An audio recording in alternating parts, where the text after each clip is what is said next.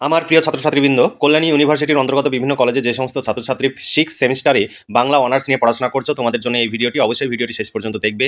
কোনো রকমের স্কিপ করবে না বা টেনে টেনে দেখবে না, তাহলে তোমাদেরই গুরুত্বপূর্ণ ইনফরমেশন তোমরা জানতে পারবে না।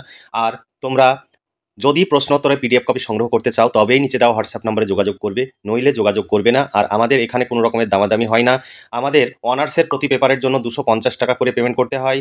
আর যদি অনার্সের 4টি পেপার তুমি সংগ্রহ করো তাহলে তোমাকে 900 টাকা পেমেন্ট করতে হবে। অর্থাৎ 4টি পেপারের জন্য তোমাকে 900 টাকা পেমেন্ট করতে হবে। 900 টাকা পেমেন্ট করে দিলেই 4টি পেপারের শর্ট প্রশ্ন, বড় প্রশ্ন কমপ্লিট উত্তর সহ পেয়ে যাবে। আর যদি একই নাম্বার থেকে 4টি পেপারের বেশি অন্যান্য বিষয়ের নোটসও যদি সংগ্রহ করো তাহলে কোনো রকমে তোমরা ছাড় পাবে না। তোমাদের প্রতি পেপারের জন্য অনার্সের জন্য 250 টাকা আর জেনারেল কোর্সের জন্য 200 টাকা করেই পেমেন্ট করতে হবে। 4টি পেপার তোমরা নিলেও তোমরা কোনো রকমের ছাড় পাবে না। আর সবসময় নিজের হোয়াটসঅ্যাপ নাম্বার থেকে নোটস সংগ্রহ করবে। বাইরে থেকে নোটস সংগ্রহ করলে কোনো রকমের সহযোগিতা আমাদের কাছ থেকে পাবে না। মেসেজ করে আমাদের সময়ের অপচয় করবে না বা আমাদের বিব্রত করবে না। চলো এবার দেখে নিই বাংলা অনার্সের ডিএসসি 4 পেপারের বড় প্রশ্নের সাজেশন। তোমাদের ডিএসসি 4 পেপারের সিলেবাসে রয়েছে বাংলা, তোমাদের ডিএসসি 4 পেপারে রয়েছে বাংলা ও প্রাদেশিক সাহিত্য। 5 ও 10 মার্কের প্রশ্নের সাজেশন 2024, অর্থাৎ 2024 সালের জুলাই আগস্ট মাসে তোমাদের পরীক্ষা হবে, তাই 2024 সাল এখানে উল্লেখ করা রয়েছে। এবার চলো দেখে নিই তোমাদের এখানে প্রশ্নোত্তরের পিডিএফ কপির যে মূল্য সেটিও লেখা রয়েছে। শর্ট প্রশ্ন বড় প্রশ্নের উত্তরের একত্রে মূল্য 250 টাকা। তাই তোমরা আমাদের এই চ্যানেলের কাছ থেকে সরাসরি পিডিএফ কপি সংগ্রহ করবে, কারণ আমাদের অভিজ্ঞ শিক্ষক মণ্ডলী দ্বারা সমস্ত বিষয়ের নোটস তৈরি করা হয়। আমাদের প্রচুর খরচ হয়, যে কারণে আমাদের কাছ থেকে তোমরা নোটস সংগ্রহ করলে আমাদের যেমন সুবিধা হবে, তাই সবসময় আমাদের সহযোগিতা করবে এবং পাশে থাকবে এই আশা রাখছি। নতুন সিলেবাস অনুযায়ী তোমাদের যে সিলেবাসটি রয়েছে সেটিও তোমাদের পিডিএফ কপিতে দেওয়া রয়েছে। এটি তোমাদের প্রশ্ন উত্তরের পিডিএফ কপি। তোমরা পেমেন্ট করলে এই পিডিএফ কপিটি পাবে। তোমাদের পর্ব অনে রয়েছে ভেন্ন গল্প, হিন্দি গল্প মুন্সী প্রেমচন্দের লেখা। 2 নম্বরে রয়েছে পালোয়ানের ঢোলক, ফণীশ্বরনাথ রেণুর লেখা। 3 নম্বরে রয়েছে জঞ্জাল বুড়ো, কৃষণ চন্দরের লেখা। 4 নম্বরে রয়েছে টোবাটেক সিং, সাদাত হাসান মান্টোর লেখা। এরপরে তোমাদের একটি উপন্যাস রয়েছে মাটির মানুষ উপন্যাস, ওড়িয়া ভাষায়, ওড়িয়া সাহিত্যের একটি উপন্যাস। এটি ওড়িয়া ভাষায় যে উপন্যাসের নাম সেটা হচ্ছে মাতিরা মনীষা, এর বাংলা হচ্ছে মাটির মানুষ। কালিন্দী চরণ পানিগ্রাহীর লেখা। তারপরে নাটক হচ্ছে চোপ আদালত চলছে, বিজয় তেন্ডুলকরের লেখা। এরপরে সাজেশন 2024-এর যে নতুন সাজেশন, সেই সাজেশন এবার দেখতে পাবে। প্রতিটি পর্ব অনুযায়ী আলাদা আলাদা করে রয়েছে। ভিন্ন গল্প থেকে তোমাদের যে প্রশ্ন, সেই প্রশ্নগুলো তোমরা দেখে নাও। 1 নম্বর প্রশ্ন, ভিন্ন গল্পের নামকরণের সার্থকতা বিচার করো। 2 নম্বর প্রশ্ন, ভিন্ন গল্প অবলম্বনে মুনিয়া চরিত্রের গুরুত্ব আলোচনা করো, অথবা গত 10 বছর ধরে ও যা হারিয়ে ফেলেছিল সে সবই যেন আজ এই মুহূর্তে সুদে আসলে ফিরে এলো ওর কাছে। মুলিয়ার জীবনে সবকিছু হারিয়ে ফিরে পাওয়ার যে কাহিনী তা সংক্ষেপে বিবৃত করো। এরপরের প্রশ্ন দেখো, খেতে পড়তে দিতে হবে, বইপত্র কিনে দিতে হবে, আবার মেলা দেখাতে যাবার শখ মেটাতে হবে। বক্তাকে এই উক্তির মধ্য দিয়ে বক্তার চরিত্রের যে রূপটি ফুটে উঠেছে তা আলোচনা করো।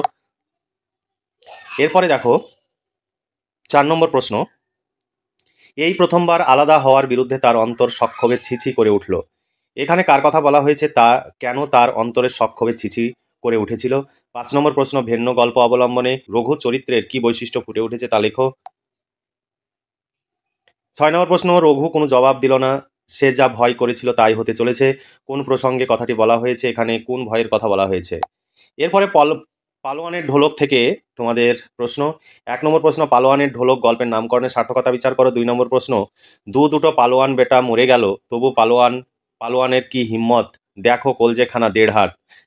পালোয়ান, এটা ভুল হয়েছে, পালোয়ান লুট্টন সিং এর হিম্মতের যে পরিচয় পাওয়া গেছে তা আলোচনা করো।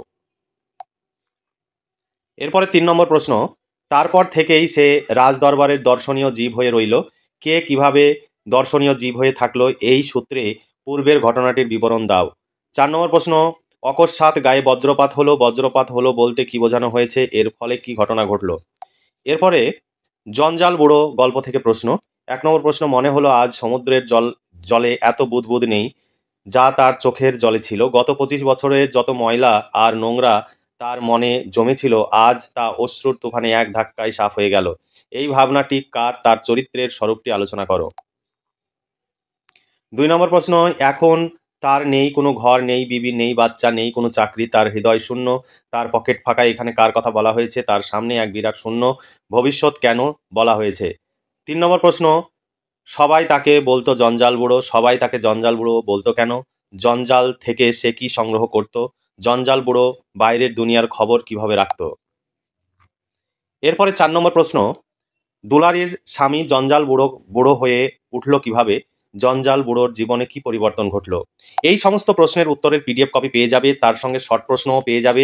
250 টাকা একটি পেপারের জন্য 250 টাকা পেমেন্ট করতে হবে। তোমাদের 6 সেমিস্টারে অনার্সের 4টি পেপার রয়েছে, 4টি পেপারের কমপ্লিট নোটস, এর বাইরে কিচ্ছু পড়ার প্রয়োজন হবে না। শুধু টেক্সটের যে গল্প উপন্যাস প্রবন্ধগুলো রয়েছে সেগুলো তোমরা লাইব্রেরি থেকে বই তুলে সংগ্রহ করে সেই টেক্সটটা পড়ে নিতে পারো। তোমাদের 4টি অনার্সের পেপার যদি তুমি সংগ্রহ করো তাহলে তোমাকে মোট 900 টাকা পেমেন্ট করতে হবে। 900 টাকায় তোমরা কমপ্লিট 6 সেমিস্টারের পুরো নোটস তোমরা পেয়ে যাবে। এর বাইরে কোনো প্রশ্নোত্তর পড়তে হবে না। পরীক্ষায় তোমরা 100% কমন পাবে। শর্ট প্রশ্ন, বড় প্রশ্ন সব পেয়ে যাবে। তোমাদের এই সমস্ত নোটস সংগ্রহের জন্য বিভিন্ন জায়গায় ছুটতে হবে না। তোমাদের যে প্রচুর খরচ হয় সেই খরচও করতে হবে না। তোমাদের সময়ের যেমন সাশ্রয় হবে তেমনি অর্থেরও সাশ্রয় হবে। তাই আজই নিচে দেওয়া হোয়াটসঅ্যাপ নাম্বারে যোগাযোগ করো এবং এই নোটস সংগ্রহ করে ঘরে বসে পড়াশোনা করো এবং 5 মাস ধরে পড়াশোনা করে পরীক্ষার জন্য প্রস্তুতি নাও। তোমাদের 5 মাস 6 মাস ধরে এখান ওখান দৌড়াদৌড়ি করে নোট সংগ্রহ করতে হবে না। তাতে তোমাদের রাস্তার বাস ভাড়া, অটো ভাড়া বা তোমাদের টিফিন খরচ সহ তোমাদের এক একটা সেমিস্টারে প্রায় 5 থেকে 7,000 8,000 টাকা কারো কারো খরচ হয়ে যায় যারা দূরে নোট সংগ্রহের জন্য যায়। তাই তোমাদের এখানে ওখানে ছুটে বেড়ানোর কোনো প্রয়োজন নেই। তোমরা এখন থেকেই এই নোটসগুলো সংগ্রহ করো এবং পড়াশোনা করো। তোমরা যেখানে যাবে এই নোটসই তোমরা পাবে। তাই শুধু শুধু অর্থের অপচয় না করে তোমরা এই নোটসগুলো সংগ্রহ করো এবং ঘরে বসে পড়াশোনা করো। তোমাদের যদি টুকিটাকি সমস্যা হয় সেই সমস্যাও তোমরা সমাধান পেয়ে যাবে। তবে আমাদের কাছ থেকেই নিজের হোয়াটসঅ্যাপ নাম্বার থেকে পিডিএফ কপি সংগ্রহ করতে হবে। বাইরে থেকে পিডিএফ কপি সংগ্রহ করলে কোনো রকমের সহযোগিতা পাবে না, কোনো রকমের মেসেজ করবে না। আর যদি পিডিএফ কপি সংগ্রহ করতে না চাও তাহলে আমি বলছি তোমরা শুধু শুধু আমাদের মেসেজ করে দরদাম করে আমাদের সময়ের অপচয় করবে না। তোমরা যদি শুধু বড় প্রশ্ন নিতে চাও তাহলে প্রতি পেপারের জন্য 150 টাকা করে পেমেন্ট করতে হবে। শুধু যদি শর্ট প্রশ্ন নিতে চাও তাহলেও 150 টাকা পেমেন্ট করতে হবে। অর্থাৎ যদি পিডিএফ কেটে নাও তাহলে তোমাদের খরচ বেশি হবে। তাই আমি বলবো শর্ট প্রশ্ন এবং বড় প্রশ্ন উত্তর কমপ্লিট তোমরা সংগ্রহ করে নাও, তাহলে তোমাদের কোনো রকমের টেনশন করতে হবে না। তারপরে টোবাটেক সিং এই গল্প থেকে প্রশ্ন। 1 নম্বর টোবাটেক সিং গল্পের বিষয়বস্তু আলোচনা করো। 2 নম্বর টোবাটেক সিং গল্পের নামকরণের সার্থকতা বিচার করো। 3 নম্বর টোবাটেক সিং গল্পের বিশান সিং চরিত্রটির গুরুত্ব আলোচনা করো। 4 নম্বর প্রশ্ন, টোবাটেক সিং গল্পের রাষ্ট্রনায়কদের প্রহসনে গল্পে পরিণত হয়েছে আলোচনা করো। 5 নম্বর টোবাটেক সিং গল্পের ছোট গল্প হিসাবে সার্থক কিনা আলোচনা করো। এরপরে দেখো পর্ব 2-এ উপন্যাস রয়েছে মাটির মানুষ। 1 নম্বর প্রশ্ন, মাটির মানুষ গল্প অবলম্বনে বর্জু চরিত্রটি বিশ্লেষণ করো। ভীষণ ইম্পর্টেন্ট প্রশ্ন। 2 নম্বর প্রশ্ন, মাটির মানুষ উপন্যাসটিতে পল্লী জীবনের ছবি আঁকা হয়েছে।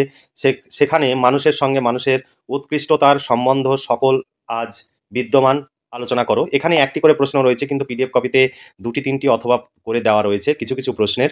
তাই তোমরা চাইলে আজই এই পিডিএফ কপি সংগ্রহ করো এবং পড়াশোনা করো। 3 নম্বর প্রশ্ন দেখো, মাটির মানুষ উপন্যাসের নামকরণের সার্থকতা বিচার করো। 4 নম্বর প্রশ্ন, মাটির মানুষ উপন্যাসে হরি চরিত্রটি বিশ্লেষণ করো। 5 নম্বর প্রশ্ন, মাটির মানুষ উপন্যাসে ছোকরি চরিত্রটি গুরুত্ব আলোচনা করো। 6 নম্বর প্রশ্ন, এটি ভীষণ ইম্পর্টেন্ট প্রশ্ন, মাটির মানুষ উপন্যাসের 2টি নারী চরিত্রের পরিচয় দাও। তারপরে দেখো 6 নম্বর প্রশ্ন, এই সামান্য বিষয়ের জন্য আপনার কাজের ক্ষতি করে এসে বসিয়েছেন বক্তাকে, কাকে উদ্দেশ্য করে এই উক্তি, কোন প্রসঙ্গে এই কথাটি বলা হয়েছে। 7 নম্বর প্রশ্ন, যেখানে বসেছে সেখানে গল গল করে চোখের জল ঝরে পড়ছে, এখানে কার কথা বলা হয়েছে, তার এমন হয়েছে কেন। 8 নম্বর প্রশ্ন, যেহেতু উপন্যাস এটি তাই একটু প্রশ্নের সংখ্যা বেশি রয়েছে। ধর্মা, তোকে কে মারল রে ধর্মা, বক্তাকে মার খাবার পর ধর্মা বাউরি কি অবস্থা হয়, ধর্মার এই উত্তরে কি জানিয়েছিল, এই ঘটনায় ধর্মার কি প্রতিক্রিয়া ছিল। 9 নম্বর প্রশ্ন, সব মানুষের ভিতরে এমন পরশ পাথর আছে ছোঁয়াতে পারলে সব লোহা তাতে সোনা হয়ে যায়, কোন প্রসঙ্গে কথাটি বলা হয়েছে, এই কথাটি বলার কারণ কি। 10 নম্বর প্রশ্ন, যে শপথ করতে বলবে তাই করব, কে কেন এ কথা বলেছে, এই ঘটনায় কারা সাক্ষী, কি শপথ করার কথা বলা হয়েছে। এরপরে 11 নম্বর প্রশ্ন দেখো, মা মঙ্গলা ভালোই ভালোই ফিরে আসুক, তোর কাছে পুজো দিব, বক্তা দেবতার কাছে এই প্রার্থনা করেছিল কেন, যার জন্য প্রার্থনা তার সম্পর্কে কি কি জানা যায়, এই ঘটনায় হারান মার কি অবস্থা হয়েছিল। তারপরে নাটক রয়েছে পর্ব 3-এ। চোপ আদালত চলছে বিজয় তেন্ডুলকরের লেখা 1 নম্বর প্রশ্ন দেখো। তাই আদালতে এই রায় দিচ্ছে যে তুমি বেঁচে যাবে কিন্তু তোমার গর্ভস্থ সন্তানকে মেরে ফেলা হবে। বক্তাকে তার এই রায় দেওয়ার কারণ আলোচনা করো। এরপরে 2 নম্বর প্রশ্ন ভীষণ ইম্পর্টেন্ট প্রশ্ন। চোপ আদালত চলছে নাটকে কেন্দ্রীয় চরিত্র লীলা বেনারের ব্যক্তি সত্তার স্বাস্থ্য বোধ নিষ্পেষিত হওয়ার মধ্য দিয়ে নাট্যকার ভারতবর্ষের সমাজ কাঠামোয় নারীর অসহায় অবস্থার যে ছবি তুলে ধরেছেন তা আলোচনা করো। 3 নম্বর প্রশ্ন, চোপ আদালত চলছে নাটকের সংলাপ কতটা সাফল্য লাভ করেছে তা বুঝিয়ে দাও। সংলাপ রচনায় কতটা সাফল্য লাভ করেছে তা বুঝিয়ে দাও। তারপর সুখাত্যের চরিত্রটির সংক্ষেপে বিশ্লেষণ করো।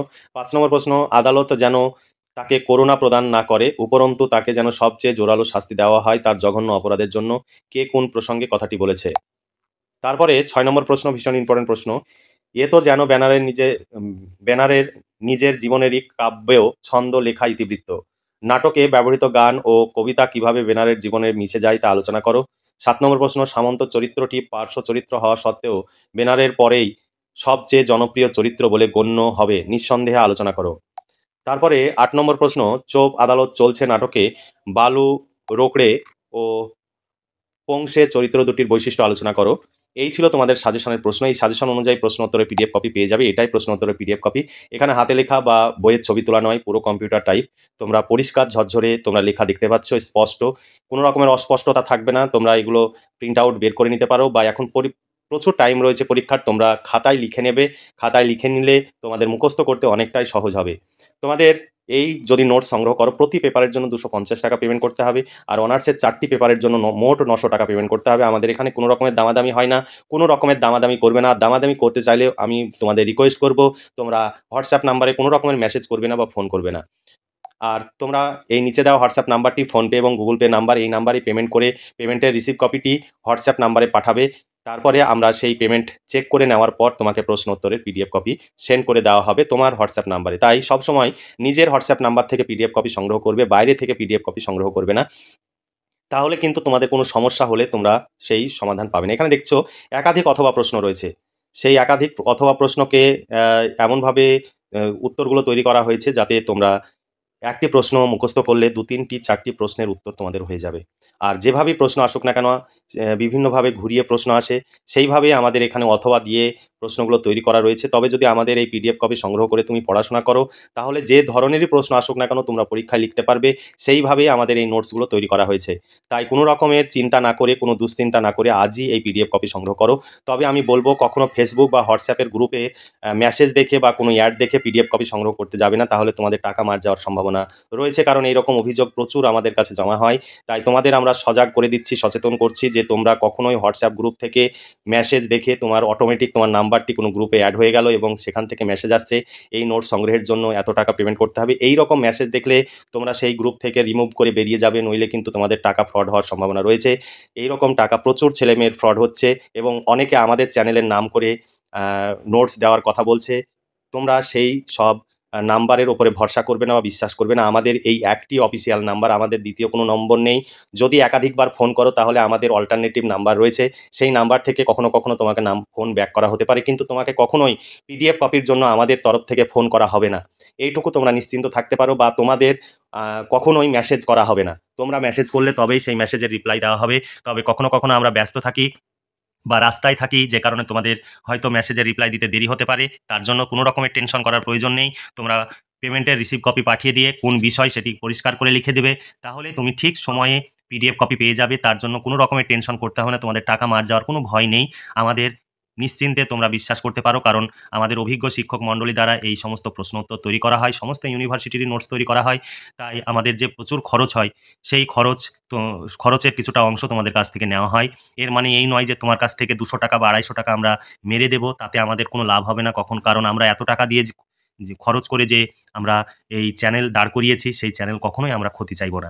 তাহলে তোমরা অবশ্যই আমাদের সহযোগিতা করবে এবং আমাদের পাশে থাকবে। তাহলে তোমরা যেমন উপকৃত হচ্ছে, এইরকম পরবর্তী সময়ে তোমাদের ছোট ভাই বোনরাও উপকৃত হবে। তাই অবশ্যই আমাদের সহযোগিতা করবে এবং আমাদের পাশে থাকবে, এইটুকু তোমাদের প্রতি আশা রাখছি। আর হোয়াটসঅ্যাপে উল্টোপাল্টা মেসেজ করবে না। যে মেসেজ দেখলে সত্যি, সত্যি আমি খুবই আঘাত পাই এবং তার জন্য আমাকেও হয়তো তোমাদের আঘাত দেওয়ার জন্য কিছু কথা বলতে হয়, যেগুলো কখনোই কাম্য নয়, আমারও ভালো লাগে না। কিন্তু কারো মেসেজ এতটাই বাজে কথা তারা বলে, যে কারণে কখনো কখনো আমাকেও হয়তো একটু কড়া মেসেজ করতে হয় বা রিপ্লাই দিতে হয়। তাই কখনোই কোনো রকমের অপ্রীতিকর কথা বলবে না। তোমার যদি প্রয়োজন না হয়, এই সাজেশনের প্রশ্নগুলো দেখে তোমরা পড়াশোনা করো। কখনোই WhatsApp-এ আমাদের বিরক্ত করার জন্য মেসেজ করবে না বা পিডিএফ কপির জন্য দামাদামি করবে না। তাহলে আজকে এই পর্যন্তই। ভালো থেকো, সুস্থ থেকো এবং খুব ভালোভাবে পড়াশোনা করে এখন থেকেই পরীক্ষার প্রস্তুতি নাও। এই শুভকামনা জানিয়ে আজকের ভিডিওটি এখানেই সমাপ্তি ঘোষণা করছি।